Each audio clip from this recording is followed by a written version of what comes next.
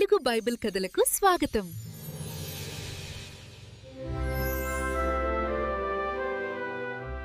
వెలుగు కలుగును గాక. మన స్వరూపమందు మన పోలిక చొప్పున నరుని చేయుదుము. నరునికి ఆదాము అని పేరు పెట్టెను. దేవుడైన యెహోవా తూర్పున ఏదెనులో ఒక తోట వేసి తాను నిర్మించిన నరుని దానిలో ఉంచెను.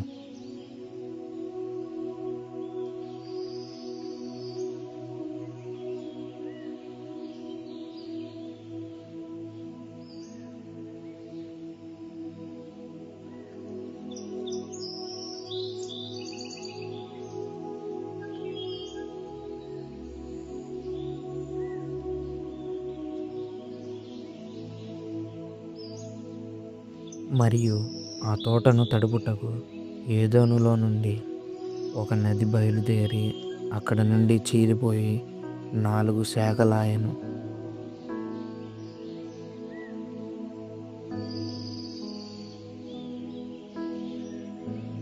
ఈ తోటలోనున్న ప్రతి వృక్షఫలమును నీవు నిరభ్యంతరంగా తినవచ్చును. అయితే మంచి చెడ్డల తెలుగునిచ్చు వృక్షఫలములను తినకూడదు. నీవు వాటిని తినుదినమున నిశ్చయముగా చచ్చెదవు. జీవము గల ప్రతి భూజంతువును ఆకాశ పక్షులను ఆదాము ఏ పేరు పెట్టునో ఆ పేరు దానికి కలిగెను. నుండి స్త్రీనిగా చేసెను.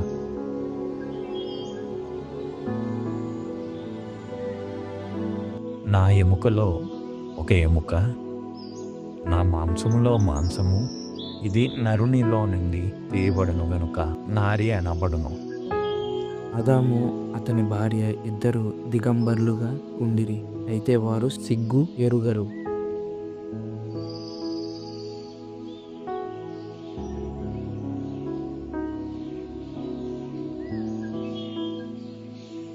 యెహోవా చేసిన సమస్త భూజంతువులలో సర్పము యుక్తి గలదై ఉండెను.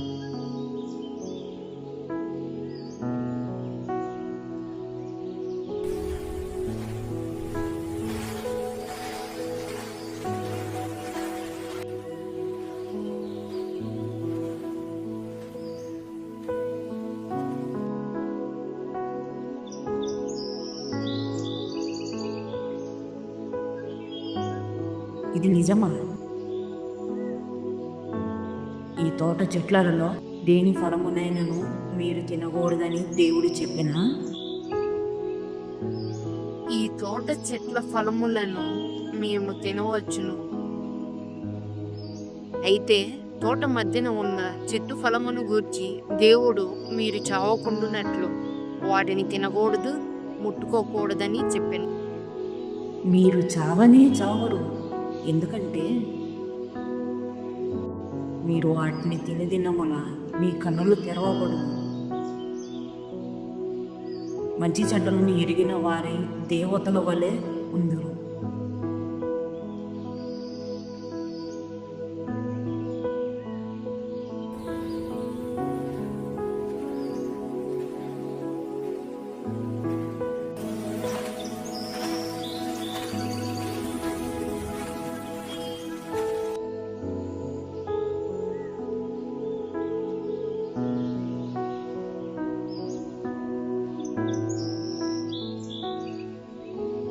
వారు ఆ ఫలమును తిన్నప్పుడు వారిద్దరి కనులు తెరవబడి వారు దిగంబరులమని తెలుసుకొని,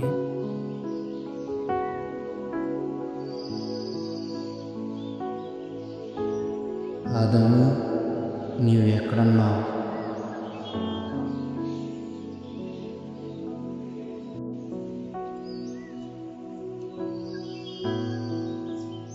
తోటలో నీ స్వరము విన్నప్పుడు దిగంబరినిగా ఉండిటిమి గనుక భయపడి దాక్కొంటిని. నీవు దిగంబరివని నీకు తెలిపిన వాడెవడు? నీవు తినకూడదని నేను నీకు ఆజ్ఞాపించిన వృక్షఫలమును తింటివా? నాతో ఉండుటకు నీవు నాకిచ్చిన ఈ స్త్రీయే ఆ వృక్షఫలములు కొన్ని నాకియగా నేను తింటిని. నీవు చేసినది ఏమిటి? ఈ సర్పము నన్ను మోసపుచ్చినందున తింటిని.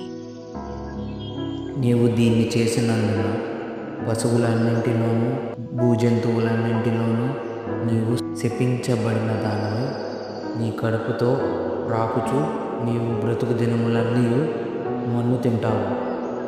మరియు నీకును స్త్రీకిని నీ సంతానముకును ఆమె సంతానముకును వైరం కలుగజేసేదను. అది నిన్ను తల మీద కొట్టును, నీవు దానిని మడిమ మీద కొట్టుదువు. నీ ప్రయాసమును నీ గర్భవేదనను నేను మిక్కిలి హెచ్చించదను.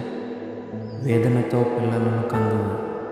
నీ భర్త ఎడల నీకు వాంఛ కలుగును, అతడు నిన్ను ఏలును.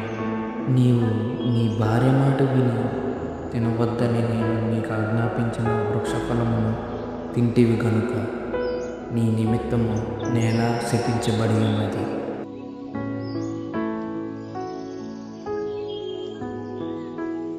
దేవుడు వారిని ఏదైనా తోటలో నుండి పంపివేశాను.